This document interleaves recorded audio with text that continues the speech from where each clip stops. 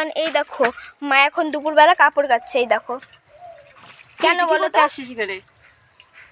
মা রেগে আছে। কার উপরে রেগে আছে বলো তো? বাবার উপরে।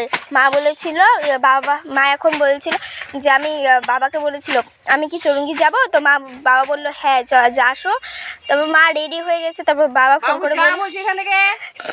ফোন করে বললো এখন আসতে হবে না, খুব গরম, কালকে এসো সকালবেলা। এই তো রেগে গেছে, এইটুকু কথার ব্যাপারের জন্য ও রেগে গেছে। দেখো কাপড় কাচতে ওঠো ওঠো ওঠো ওঠো,